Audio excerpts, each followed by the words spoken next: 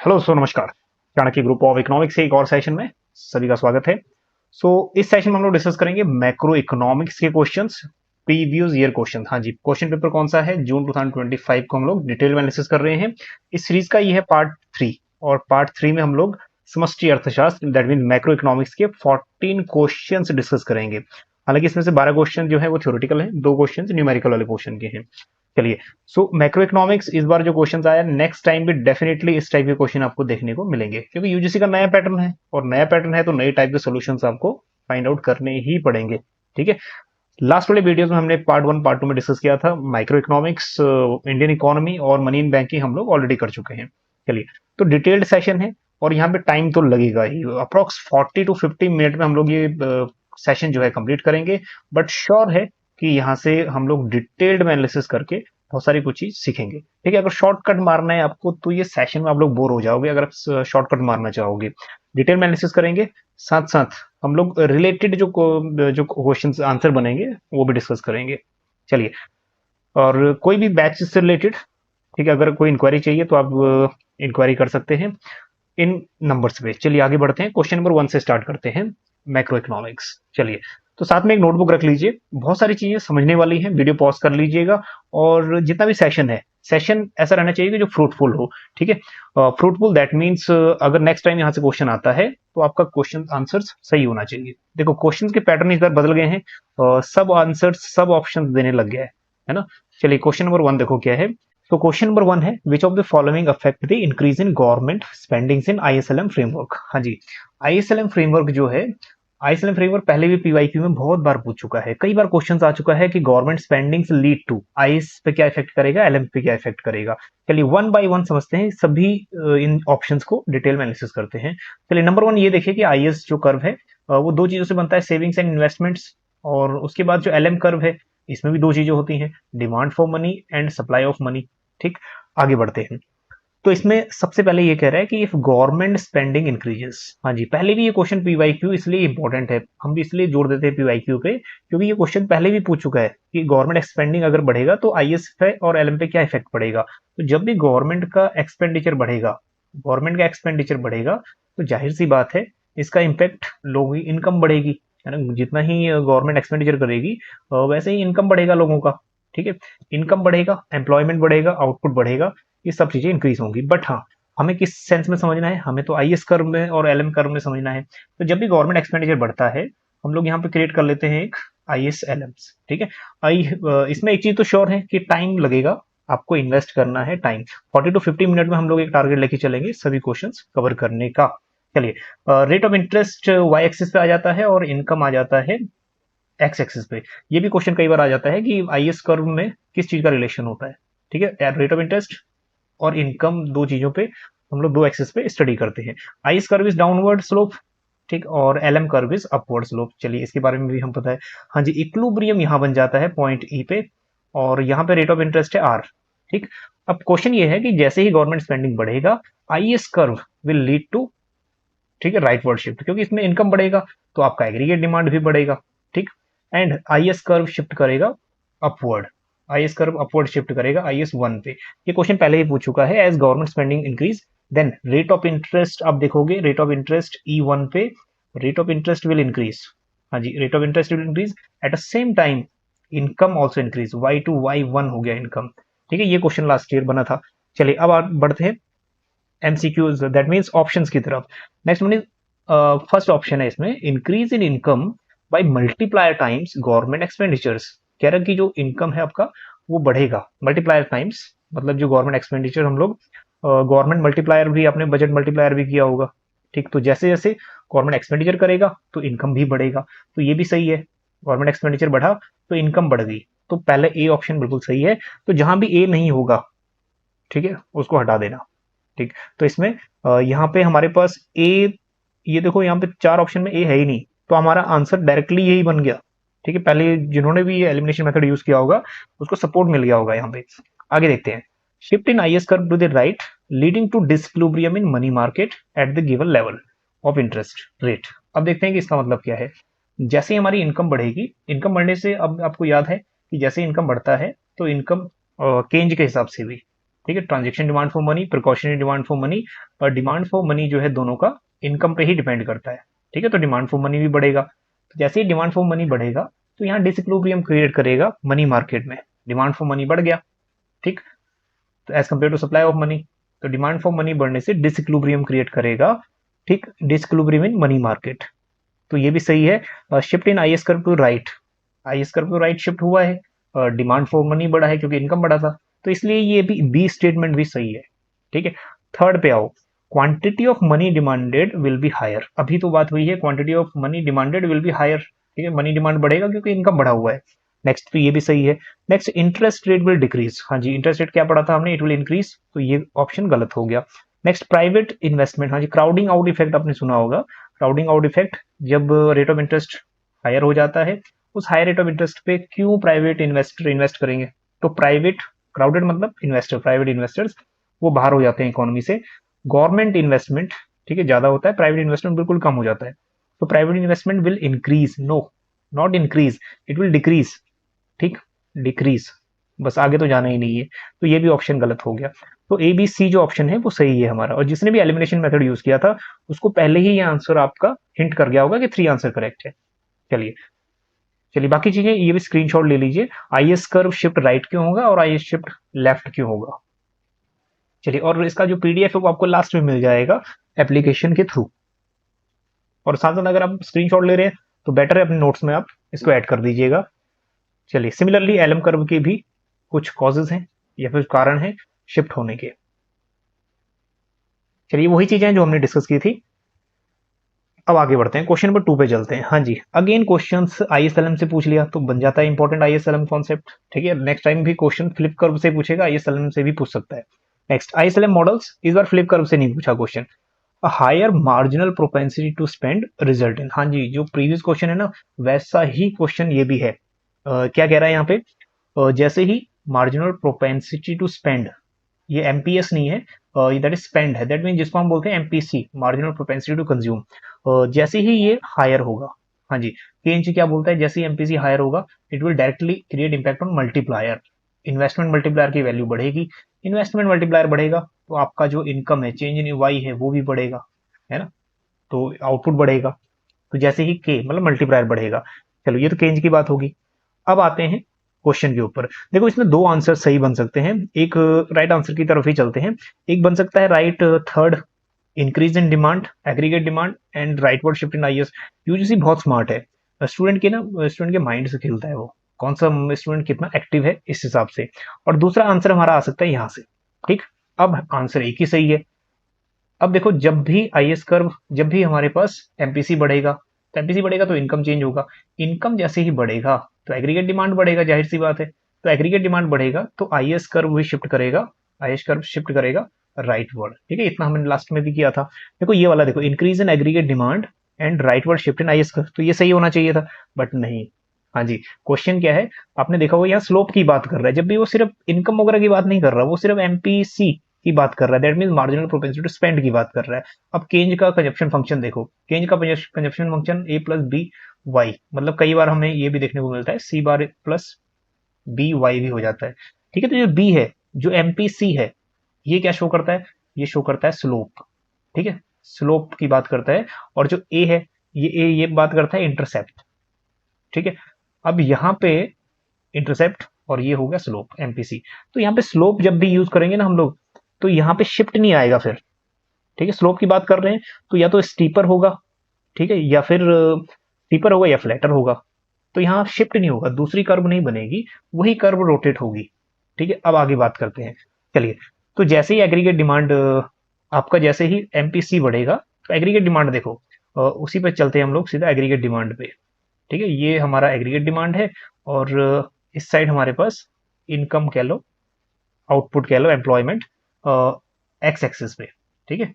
चलिए अब देखते हैं, straight line with 0-45 degree with origin, इसको हम बोलते हैं income line, and income is equal to S, aggregate supply भी इसको हम बोलते हैं, बहुत बढ़िया, आगे बढ़ते हैं, and that one is A D, aggregate demand.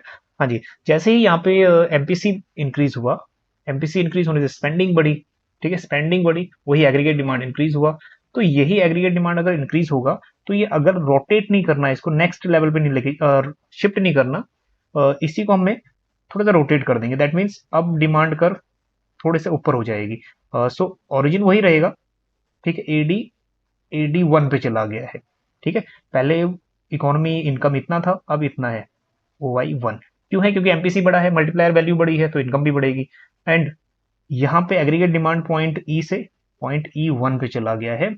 अब ये शो ये कर रहा है कि जैसे ही एमपीसी बढ़ा आपका, ये स्टीपर हो गया। स्टीपर कहने का मतलब थोड़ा ऊपर की तरफ हो गया है। अब देखो कर्व स्टीपर फ्लैट का मतलब ये है, अगर कोई कर्व, ठीक है, ये नॉर्मल है, अगर ये कर्व वर्टिकली जाती है तो स्टीप हो जाएगी, अगर हॉरिजॉन्टली जाएगी तो फ्लैट हो जाएगी, ठीक है। तो ये थोड़ा सा ऊपर की तरफ बढ़ गई है ये वाली कर्व, इसको हम लोग ग्रीन लाइन में कर देते हैं। सो इट इज थोड़ा सा अपवर्ड, दैट मीन्स स्टीपर हो गई है पहले से, ठीक है। ये तो हो गया एडी का केस। नाउ नेक्स्ट वन, अब दूसरा इफेक्ट क्या पड़ेगा? दूसरा इफेक्ट आईएस कर्व पे क्या पड़ेगा, ठीक है। तो आईएस कर्व का जब हम सिचुएशन देखेंगे तो आईएस कर्व, इसमें दो चीजें आती हैं, रेट ऑफ इंटरेस्ट और इनकम, ठीक है। इनकम हम लोग डिनोट कर रहे हैं वाई से। तो यहाँ पे ये है कि जैसे ही आपका एमपीसी चेंज होगा, ठीक है, आपका एग्रीगेट डिमांड चेंज होगा, एंड उसमें रेट ऑफ इंटरेस्ट और इनकम का क्या रिलेशन है? जैसे ही रेट ऑफ इंटरेस्ट चेंज होगा, ठीक है, रेट ऑफ इंटरेस्ट बहुत कम चेंज हुआ, बट आपकी जो इनकम है, ठीक है, आपकी इनकम वो ज्यादा चेंज हो जाएगी, चेंज इन इनकम ज्यादा चेंज हो जाएगी, क्योंकि आपकी एमपीसी ज्यादा है, ठीक। आप ज्यादा खर्चा अपने इनकम, इनकम जैसे ही आपकी प्रोपोर्शनेट, ठीक है, रेट ऑफ इंटरेस्ट के थोड़ा भी चेंज होने से आपकी इनकम पे ज्यादा इफेक्ट आ रहा है। तो उस केस में ये क्या होगा, ठीक है, उस केस में आईएस कर्व देखो ये फ्लैट हो जाएगी। What it means, rate of interest में चेंज देखना, रेट ऑफ इंटरेस्ट में ये चेंज आया, that is R to R 1, ठीक है, ये चेंज आया, बट इसके कारण ज्यादा चेंज आ गया आपकी इनकम में, Y to, that is Y to Y 1, ठीक है। तो थोड़ा सा चेंज आया रेट ऑफ इंटरेस्ट में और ज्यादा चेंज आ गया आपके इनकम में, तो ये आईएस कर्व होगी।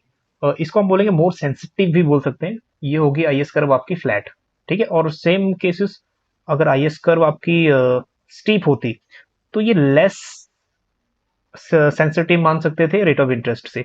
रेट ऑफ इंटरेस्ट ज्यादा बड़ा है, ठीक है, और कम आपका चेंज हुआ है इनकम, ठीक। तो इस केस में हम लोग डायग्रामेटिक अगर हम प्रेजेंटेशन देखें तो IS curve that is flat हो गया एंड एडी कर्व हो गया स्टीपर, ठीक है।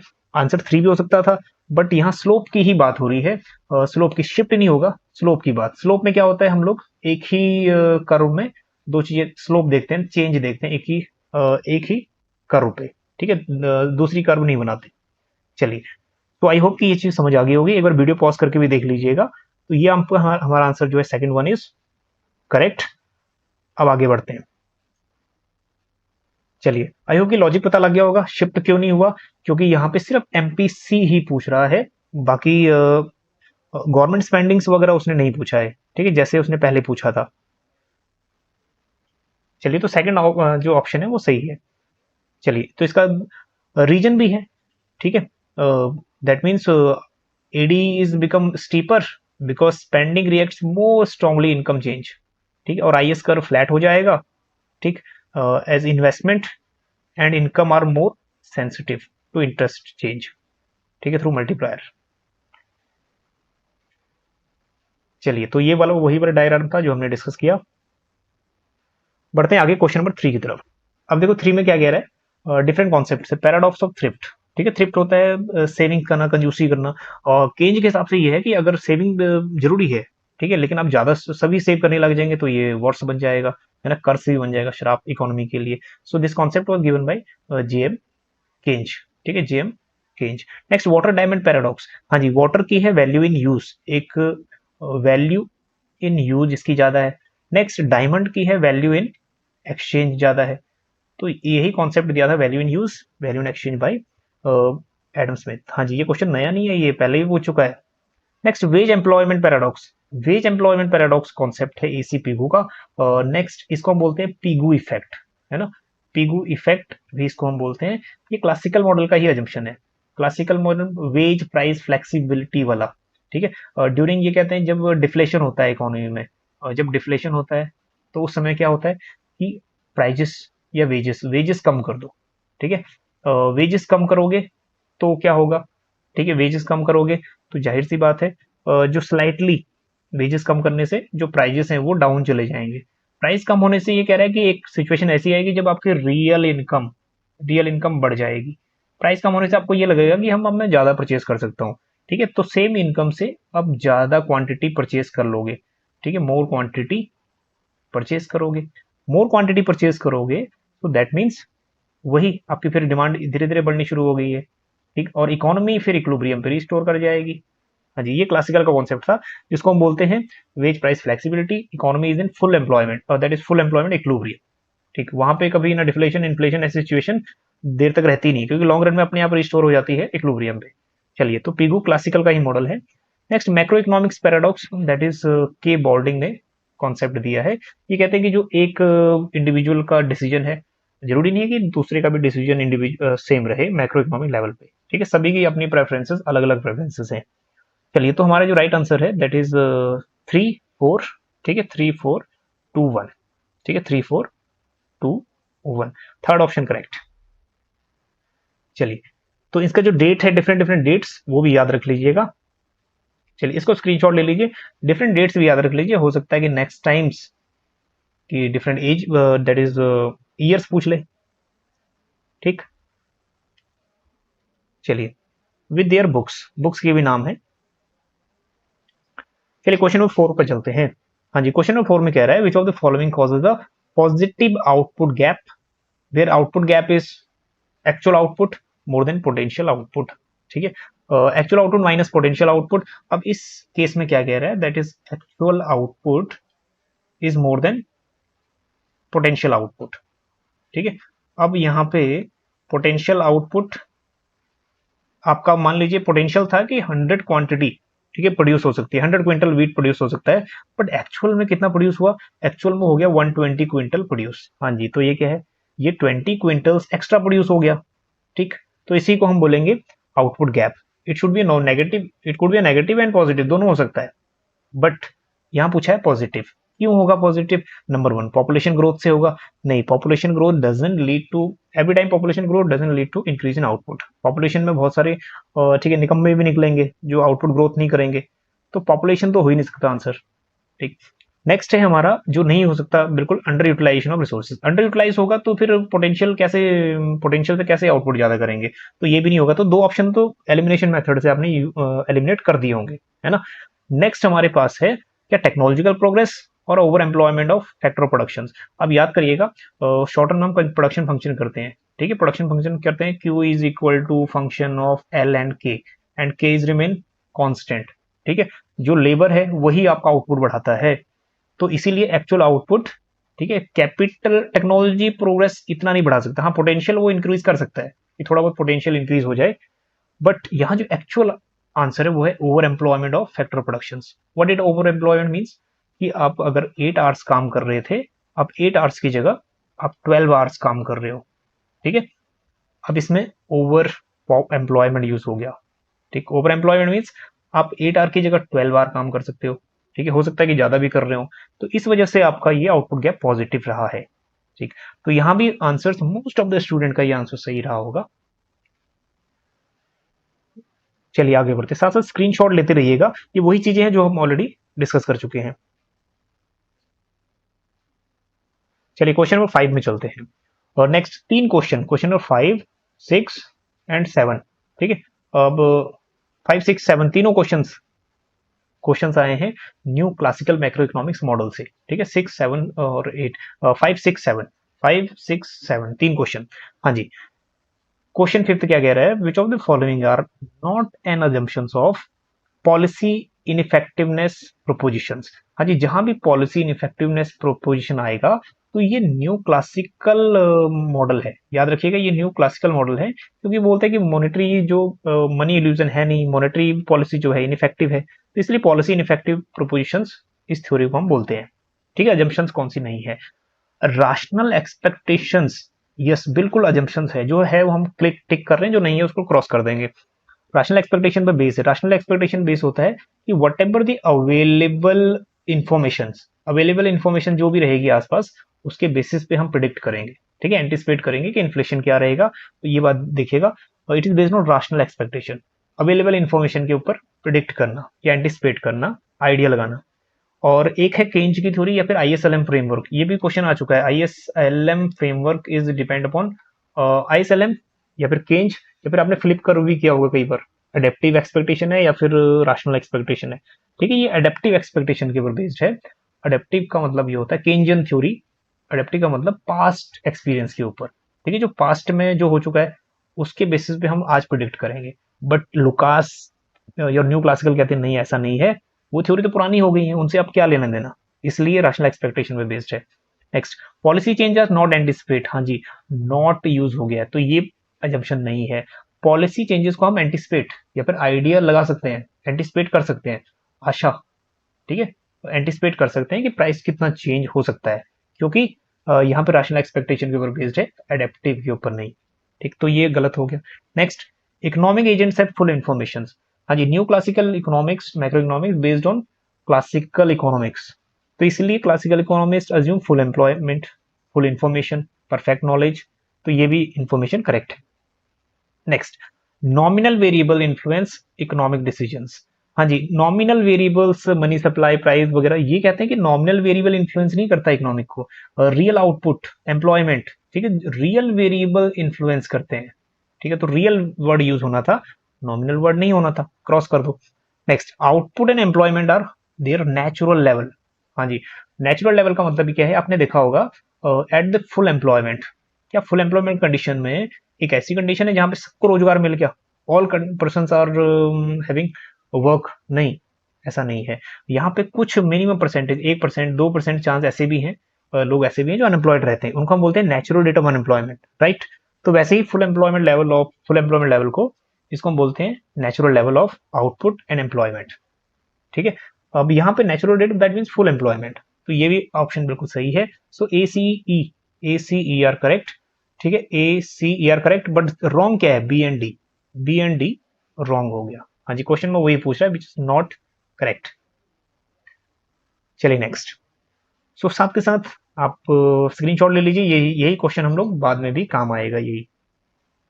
चलिए, एंड रैशनल एक्सपेक्टेशंस के ऊपर बेस्ड है। मार्केट ऑलवेज क्लियर है कहते हैं, जैसे परफेक्ट कंपटीशन में बोलते हैं ना मार्केट, अब यहाँ पे मार्केट कॉन्टिन्यूस क्लियर होता है क्योंकि वेज प्राइस फ्लेक्सिबिलिटी होता है, उसके कारण मार्केट अपने आप आपको इक्विलिब्रियम मिलेगा, हाँ जी, लॉन्ग रन में। ठीक, wage price flexibility, full information, natural rate of output and employment, anticipated policy is ineffective, anticipated policy is ineffective मतलब मॉनेटरी पॉलिसी है, मॉनेटरी पॉलिसी में rate of interest, repo rate अभी change होने वाला है, ठीक है, रेपो रेट आरबीआई चेंज करने वाली है 6% से 5% सपोज, हाँ जी, अगर वो एंटिसिपेट है, अगर एंटिसिपेट मतलब अगर हमें पहले से ही पता है कि 6% टू 5% होने वाला है, then we will adjust our consumption and economic activity, हम लोग एंटिसिपेट कर जाएंगे, अपने आप को एडजस्ट कर लेंगे। हाँ जी, तो उसमें क्या है, ये पॉलिसी इनइफेक्टिव होगी, तो आरबीआई का क्या रोल रहेगा, क्योंकि लोग तो समझ गए पहले ही कि उसको क्या करना है। ठीक, तो इस सेंस में यहाँ पे कोई रियल इफेक्ट आपको नजर नहीं आएगा, क्योंकि एंटिसिपेट कर गए लोग, तो इसमें पॉलिसी इनइफेक्टिव हो जाती है।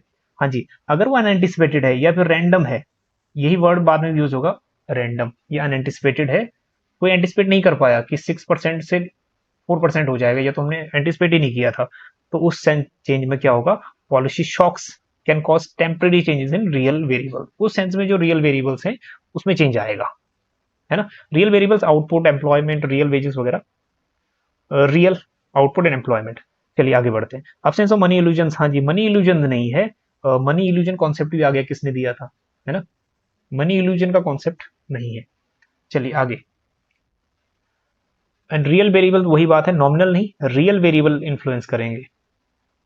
चलिए क्वेश्चन नंबर 6 भी देखो, हाँ जी, न्यू क्लासिकल अप्रोच से ही पूछ लिया नेक्स्ट क्वेश्चन भी, अगेन अब ये इजी हो गया होगा उन स्टूडेंट के लिए जो ये कॉन्सेप्ट अच्छे से करके गए थे। द मेन प्रोटेगोनिस्ट या फिर जो जिन्होंने मुख्य नायक थे इसके, वो कौन थे, आरी लुकास जूनियर, बिल्कुल सही है। ठीक है, लुकास मेन इसके प्रोपाउंडर कह लो या फिर मेन मुखिया कह लो इस थ्योरी के। Next, it is based on adaptive expectation, हाँ जी, अब भी तो हमने किया था, it is based on rational expectations, तो ये गलत हो गया।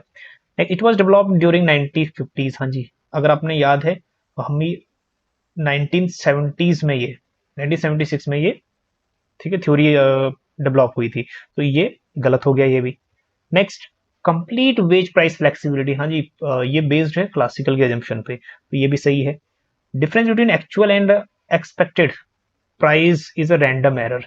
देखो, एक्चुअल प्राइस और एक्सपेक्टेड प्राइस में अगर डिफरेंस आ रहा है, ठीक है, एक्चुअल हमने एक्सपेक्टेड किया था कि प्राइस 8% चेंज होंगे, बट एक्चुअल में तो 6% हुए, तो ये 2% का एरर क्यों आया? क्योंकि ये रैंडम एरर है।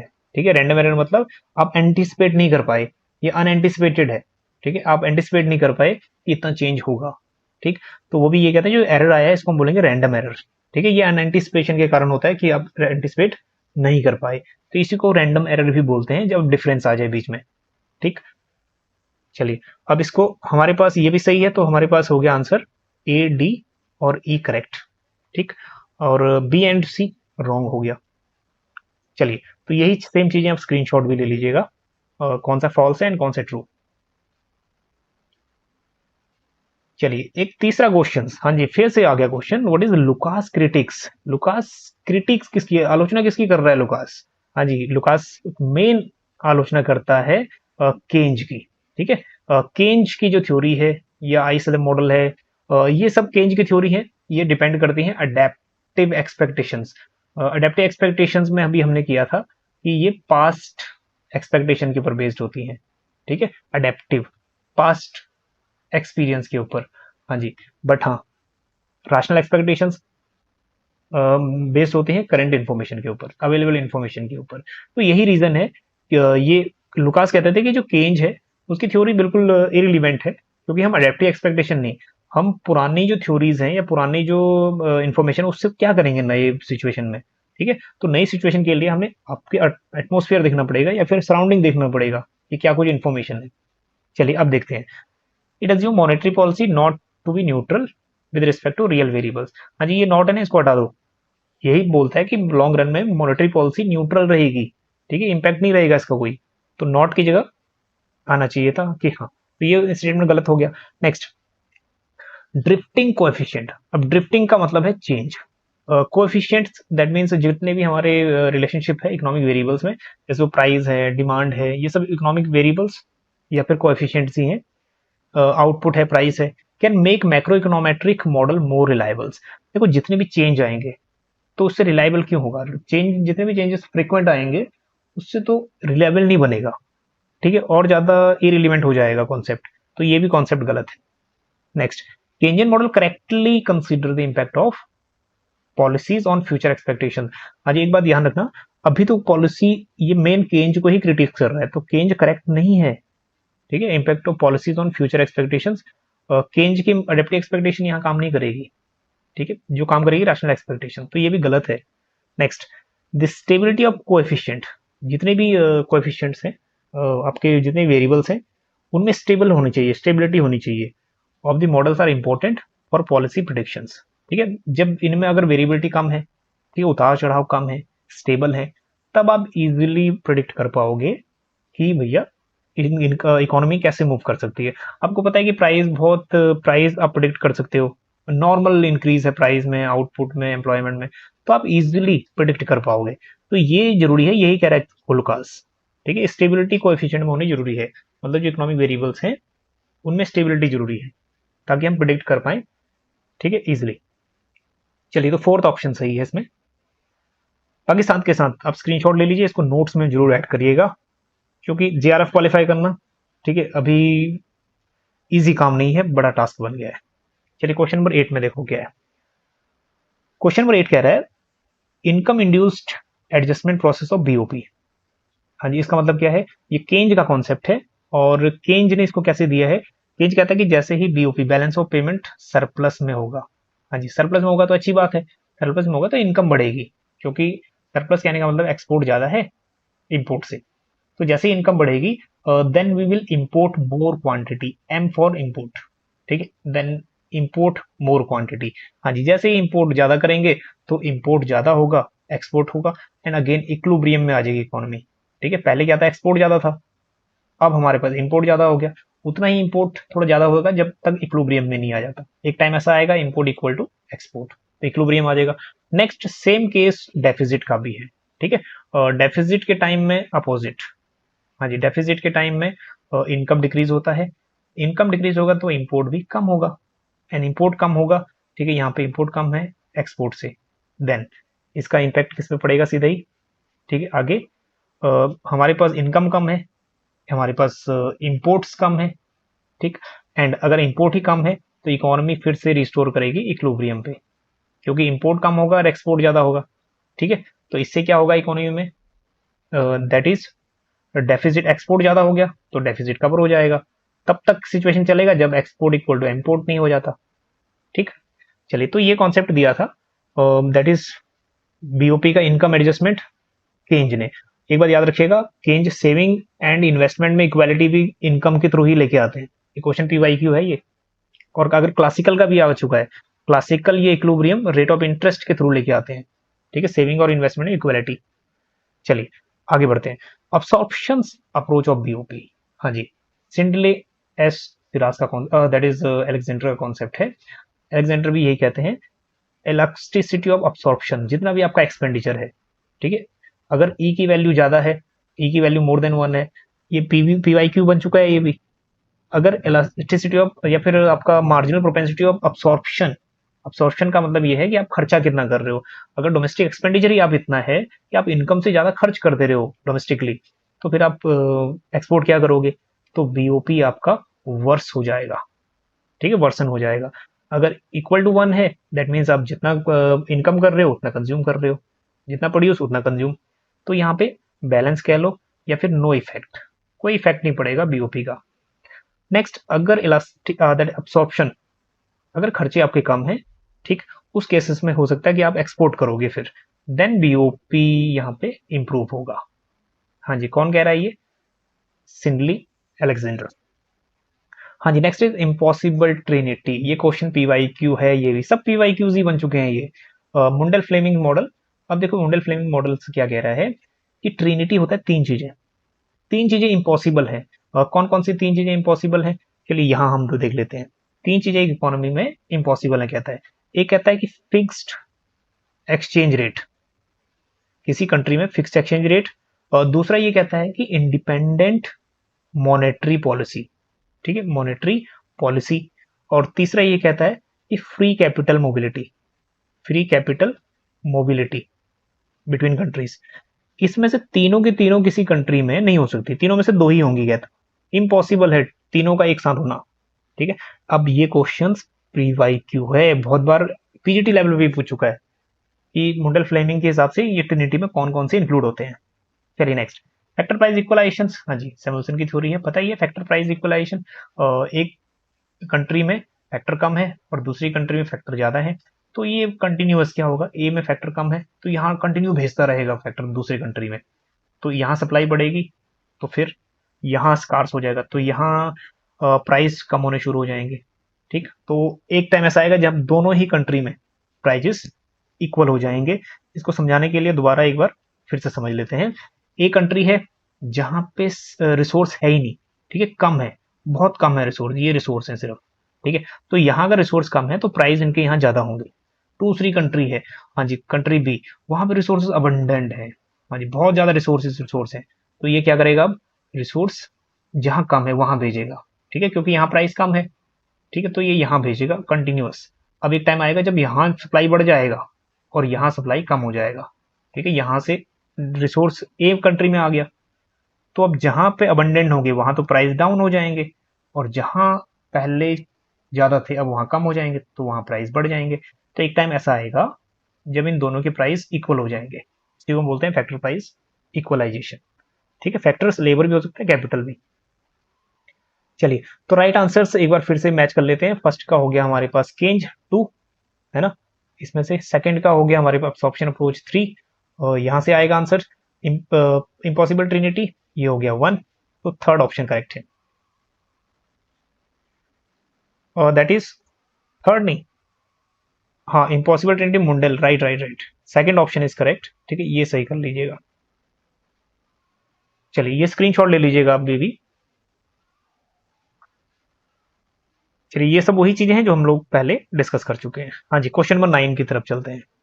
In the context of classical economics an increase in money supply causes, हाँ जी, क्लासिकल इकोनॉमिक्स में मनी सप्लाई कहने का मतलब ये क्यूटीएम, फिशर का क्यूटीएम देखा, क्वांटिटी थ्योरी ऑफ मनी, वही है। Quantity theory of money equation देखी होगी आपने, M V equal to P Y. हाँ जी, अलग अलग बुक में ये इक्वेशन अलग अलग नाम से लिखी होती है। एम का मतलब मनी सप्लाई, ठीक है, और पी का मतलब प्राइस। जैसे ही मनी सप्लाई बढ़ेगा ये प्राइस भी बढ़ेंगे। हाँ जी, other factors, velocity of money, income, ये कांस्टेंट रहेगा, ठीक है, ये कांस्टेंट रहेगा अकॉर्डिंग टू दिस थ्योरी। चलिए, तो जैसे ही यहाँ पर मनी सप्लाई बढ़ेगा, एक बात ध्यान देना, मनी सप्लाई बढ़ने से इकोनॉमी में पैसा बढ़ेगा, पैसा बढ़ रहा है तो डिमांड, इनकम भी बढ़ेगी आपकी, ठीक है, इनकम बढ़ेगी, एग्रीगेट डिमांड, और इनकम बढ़ने से आपकी जो एग्रीगेट डिमांड बढ़ेगी, प्राइजेस भी आपका, दैट इज इनकम बढ़ने से एग्रीगेट डिमांड भी बढ़ेगा, एग्रीगेट डिमांड बढ़ने से प्राइस भी बढ़ेगा।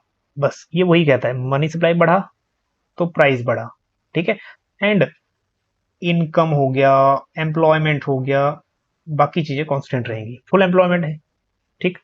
नेक्स्ट आगे देखते हैं, शिफ्ट इन एग्रीगेट डिमांड लेफ्ट, लेफ्ट नहीं होगा, राइट होगा, ठीक है, कर्व टू द राइट, ये सही होगा कि वो एग्रीगेट डिमांड को आगे लेके जाएगा, क्योंकि डिमांड, एग्रीगेट डिमांड बढ़ेगा इससे, ठीक है, कम नहीं होगा। तो shift in the aggregate supply करो राइट, नहीं, एग्रीगेट सप्लाई करो राइट में नहीं करेगा। No change in aggregate demand, अब अगर यहाँ पे एग्रीगेट डिमांड तो बढ़ेगा, अगर यहाँ नो चेंज इन इनकम होता, ठीक है, इनकम होता एंड आउटपुट होता, इनकम होता या एम्प्लॉयमेंट होता एंड ओनली प्राइस इंक्रीज, तब ये ऑप्शन सही होना था, लेकिन यहाँ एग्रीगेट डिमांड है वो तो बढ़ेगा, ठीक। तो इस हिसाब से सेकंड ऑप्शन करेक्ट है। चलिए, ये सेम चीज है, स्क्रीनशॉट ले लीजिएगा। चलिए, पूरी अजम्पशन है थ्योरी की क्यूटीएम।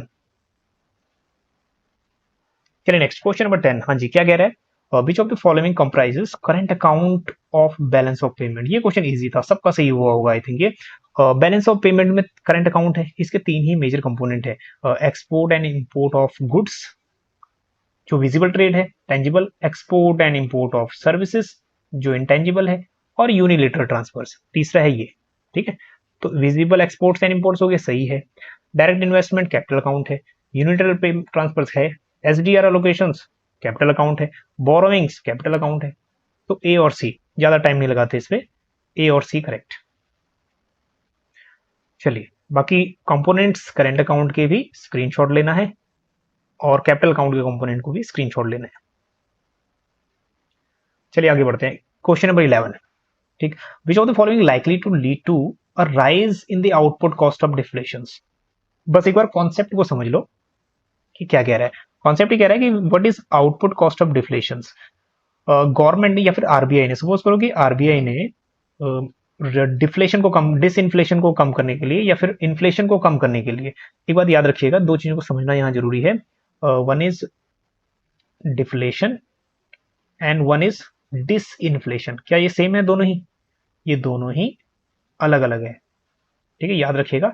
डिफ्लेशन का मतलब है when price level goes down in negative, minus में अगर प्राइस लेवल चला जाए, -2%, -3, -4, ये है डिफ्लेशन।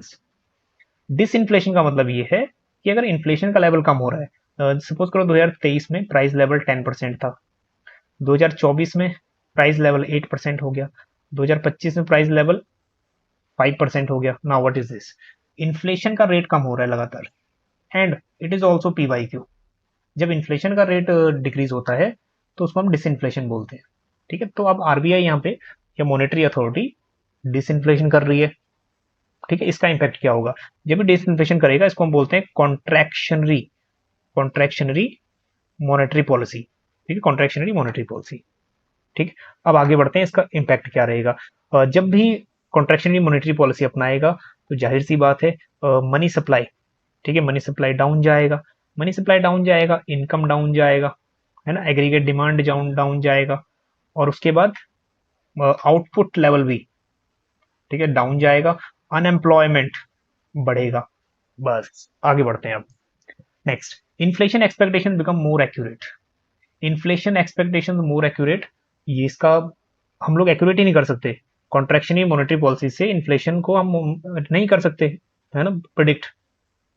नेक्स्ट आगे बढ़ते हैं, sluggish respond to wage and price to monetary contraction. देखो ये मेन है, मॉनेटरी कॉन्ट्रैक्शन ही हुआ है यहाँ पे, उस मॉनेटरी कॉन्ट्रैक्शन से हमारे वेजेस एंड प्राइसेस पे स्लगिश, मतलब वो कम होने शुरू हो गए, संकुचन आ गया उनमें, ठीक है, बढ़ती मजदूरी और कीमतों में सुस्त प्रतिक्रिया है, तो राइट आंसर यही है, आगे भी जाने की जरूरत नहीं है। मॉनेटरी कॉन्ट्रैक्शन जहां पे आ गया, दैट मीन्स उससे sluggish, that means reducing form wages का भी प्राइजेस का भी स्लगिश रिस्पॉन्स है। ठीक, चलिए आगे बढ़ते हैं। चलिए इसको भी स्क्रीनशॉट ले लीजिएगा, ये भी एक एक्सप्लेनेशन है। नेक्स्ट, आई होप कि डिफ्लेशन और डिसइंफ्लेशन का मतलब आपको समझ आ गया हो। चलिए क्वेश्चन नंबर 12 पे मूव करते हैं।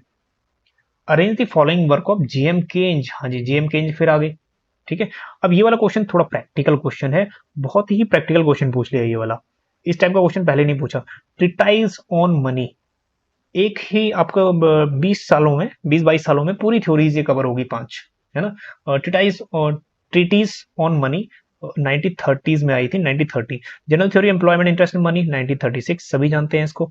इंडियन करेंसी एंड फाइनेंस, ये सबसे पहले ही केंज ने डिस्कस कर दी, इंडियन करेंसी एंड फाइनेंस, और 1913 का टाइम याद रखिएगा। मॉनेटरी पॉलिसी ऑफ प्रोडक्शन, ठीक है, 1933। Next, track on monetary policy, monetary reforms 1923। चलिए डेट याद रखिएगा, नेक्स्ट टाइम भी बन सकता है यहां से। हाँ जी, सबसे पहले है सी, इंडियन करेंसी एंड फाइनेंस, सी। ठीक है, नेक्स्ट हमारे पास देखने को मिलेगा हमें ई, ट्रैक्ट ऑन मॉनेटरी रिफॉर्म्स। ठीक है, ई। तो यहाँ पे देखो दो ऑप्शन बिल्कुल सटीक जा रहे हैं। नेक्स्ट 1930, अगेन ए, बहुत ही डिफिकल्ट है आंसर को फ्रेम करना। नेक्स्ट हमारे पास आ गया डी, 33, अब जाके आंसर निकला है। Next B, second option correct. तो ये बहुत ही प्रैक्टिकल क्वेश्चन पूछ लिया है यूजीसी ने। चलिए एक क्वेश्चन और, दो क्वेश्चन यहाँ से न्यूमेरिकल्स आए हैं, न्यूमेरिकल्स भी इस बार बहुत बेसिक थे, ऐसा कुछ नहीं था ज्यादा। चलिए नेक्स्ट, इसको हम लोग न्यूमेरिकल वाले कॉन्सेप्ट में भी डिस्कस करेंगे। Next, if the MPC is 0.8, हाँ जी, MPC marginal propensity to consume 0.8 है, and tax revenue of the government, government का जो टैक्स रिवेन्यू है it is 100 crore. Next, impact पूछ रहा है वो नेशनल इनकम पे क्या इफेक्ट होगा। ठीक है, यहाँ पे आप दो चीजें समझना। आप एक चीज तो ये समझना, फॉर्मूला, फॉर्मूला ऑफ गवर्नमेंट जो टैक्स मल्टीप्लायर है, अपने ये याद रखना है फॉर्मूला, टैक्स मल्टीप्लायर। ठीक है, एक कॉन्सेप्ट हम लोग इंडिविजुअली सेपरेट डिस्कस करेंगे जिसमें डिफरेंट मल्टीप्लायर्स होंगे, tax multiplier, budget multiplier, investment multiplier, employment multiplier, है ना, वो भी इंपॉर्टेंट है। चलिए, तो टैक्स मल्टीप्लायर जब भी हम कैलकुलेट करते हैं तो फॉर्मूला है minus MPC upon 1 minus MPC. ठीक है, ये फॉर्मूला है। ठीक है, नेक्स्ट इसका एक और फॉर्मूला है, जैसे हम लोग इन्वेस्टमेंट मल्टीप्लायर करते हैं ना केंज का, that is due to investment how much change take place in income, बस वैसे ये भी है, due to change in taxes how much change in take place in income, दूसरा फॉर्मूला इसका ये वाला भी है। नेक्स्ट आगे बढ़ते हैं, अब यहाँ पे ये फॉर्मूला यूज करते हैं, minus MPC, minus MPC, that is अभी हम मल्टीप्लायर यूज कर रहे हैं, टैक्स मल्टीप्लायर टीएम लिख देते हैं, माइनस 0.8, ठीक है, माइनस 0.8 अपॉन 1 माइनस 0.8। हाँ जी, तो आगे हो गया हमारा माइनस 0.8 अपॉन 1 माइनस 0.8 हो गया 0.2, तो हमारे पास माइनस में आंसर आया -4। हाँ जी, अब हमें निकालना है चेंज इन वाई, तो change in minus Y, tax multiplier को मल्टीप्लाई कर देना, that is change in T, tax revenue से। ठीक है, चलिए तो हमारे पास टैक्स मल्टीप्लायर की वैल्यू आई -4, और हमारे पास टैक्स जो रिवेन्यू था चेंज इन टी वो है 100 करोड़, तो हमारे पास टोटल जो इकोनॉमी है वो -400। ठीक है, तो नेशनल इनकम विल डिक्रीज, यहां से कोई आंसर बनेगा डिक्रीज, ठीक है, बाय 400 करोड़। ठीक, तो ये वाला आंसर थर्ड सही है। ठीक है, आई होप कि इस टाइप का क्वेश्चन आएगा नेक्स्ट टाइम, अब इजीली कर लोगे। ठीक है, इसका स्क्रीनशॉट भी ले लेना। आगे बढ़ते हैं, तो ये भी वही चीज है। नेक्स्ट 14 क्वेश्चन में देखो क्या कह रहा है, if the value of Keynesian multiplier is 4। हाँ जी, चेंज का मल्टीप्लायर ना, इसमें तीन मेथड है। एक तो है simple, change in Y by change in I, दूसरा मेथड एमपीसी के साथ 1/1 माइनस एमपीसी, तीसरा मेथड है 1 एमपीएस। हाँ जी, तो ये इस कह रहा है कि मल्टीप्लायर की वैल्यू है 4, देन इसमें से कौन सा सेविंग फंक्शन है। ठीक है, ये समझना। हाँ जी, हमने सिर्फ ये क्वेश्चन सॉल्व नहीं करना, हमने ना इसका बेसिक जानना है, नेक्स्ट टाइम भी काम आए। हाँ जी, तो बेसिक जानने के लिए सबसे पहले हम लोग निकाल लेते हैं इसका के की वैल्यू निकली है 4 इज इक्वल टू 1/एमपीएस। ठीक है। एमपीएस हम लोग इस साइड लेके आते हैं तो ये हो गया 1/4, दैट मीन्स एमपीएस कितना हुआ 0.25। ठीक है, ये तो हो गया एमपीएस। चलिए अब बात करते हैं आगे, कैसे पता लगेगा कि कौन सा स्टेटमेंट एमपीएस है। इसको समझने के लिए हमें एक तो कंजप्शन फंक्शन समझना है, सी फंक्शन, और दूसरा हमें समझना है एस फंक्शन। ठीक है, अब कंजप्शन फंक्शन क्या होता है, केंज के हिसाब से C is equal to A plus B Y, और कई बार इसमें लिखा होता है C bar plus B Y, एक ही बात है, कोई इशू नहीं है। ठीक, नेक्स्ट सेविंग फंक्शन क्या होता है, सेविंग फंक्शन इसी का ही अपोजिट हो जाता है, सेविंग माइनस, ठीक है, ए, और उसमें प्लस जो ये बी है एमपीसी, एमपीसी की जगह 1 - बी हो जाएगा, दैट मीन्स एमपीएस। ठीक है, और वाई का वाई रहेगा। चलिए दोबारा समझते हैं इसको कि ये कैसे निकला। ठीक है, एक याद करिएगा, इनकम, कंजप्शन एंड सेविंग्स। आपको याद होगा according to Keynes, income increase in same proportions. Income आपका जब बढ़ेगा तो कंजप्शन भी बढ़ेगा, बट इनकम आपका ज्यादा बढ़ेगा कंजप्शन से। ठीक है, इनकम देखो, इनकम 50-50 से बढ़ रहा है और कंजप्शन आपका 40 से चेंज हो रहा है। ठीक, बट सेविंग का क्या है, देखो सेविंग आपकी इनिशियल रहेगी माइनस में, ठीक है, फिर उसके बाद अगेन -10, यहाँ पे जीरो होगी, that is a break even point, जहां आपका income is equal to consumption है, सेविंग जीरो है वहां पे। ठीक, अब ये कह रहा है कि व्हाट इज ऑटोनोमस कंजप्शन, जो सी बार है ये ऑटोनोमस कंजप्शन है। ठीक है, ए, ये ऑटोनोमस कंजप्शन है, यहाँ पॉजिटिव है और यहाँ नेगेटिव है, इसीलिए इस फंक्शन में क्या लगा हुआ है, दैट इज माइनस सी बार। ठीक है, तो जहां माइनस होगा वो सेविंग फंक्शन होगा। ठीक, तो ये सभी में क्या लगा हुआ है, माइनस लगा हुआ है। हाँ जी, बहुत बढ़िया। नेक्स्ट आगे बढ़ते हैं, नेक्स्ट आगे देखो, यहाँ पे हमारे पास एमपीसी है और ये हो गया एमपीएस, 1 - बी इज एमपीएस, तो एमपीएस कितना है 0.25, तो जाहिर सी बात है जिसमें भी 0.25 है वो आंसर हमारा सही होना चाहिए। ठीक है, तो यहाँ एक ही में 0.25 है, ये वाला, तो ये ऑप्शन बिल्कुल आंख बंद करके थर्ड सही होना चाहिए। ठीक है, थर्ड ऑप्शन करेक्ट है। नेक्स्ट टाइम का अगर कोई इस टाइप का आएगा भी, देन डेफिनेटली आपका सही होना चाहिए। चलिए, तो कुल मिला के 14 क्वेश्चंस थे और उस 14 क्वेश्चंस के भी डिटेल्ड एनालिसिस था, है ना। नेक्स्ट सेशन में अब हम लोग डिस्कस करेंगे ग्रोथ एंड डेवलपमेंट, ठीक है, इंटरनेशनल इकोनॉमिक्स, और 1 बाय 1 करेंगे आगे डिस्कस। उम्मीद है कि लेक्चर अभी तक आप बने हुए हो तो भाई मान के चलो आप लोग सीरियस कैंडिडेट्स हो, है ना। चलिए, कुछ अगर चीजें कुछ मिसमैच है तो आप कमेंट में भी कर सकते हैं, कोई इंक्वायरी है तो कमेंट में भी पोस्ट कर सकते हैं आप। चलिए, आज के सेशन में इतना ही, मिलते हैं आपको नेक्स्ट सेशन में। बने रहिएगा चाणक्य ग्रुप ऑफ इकोनॉमिक्स के साथ। Thank you so much.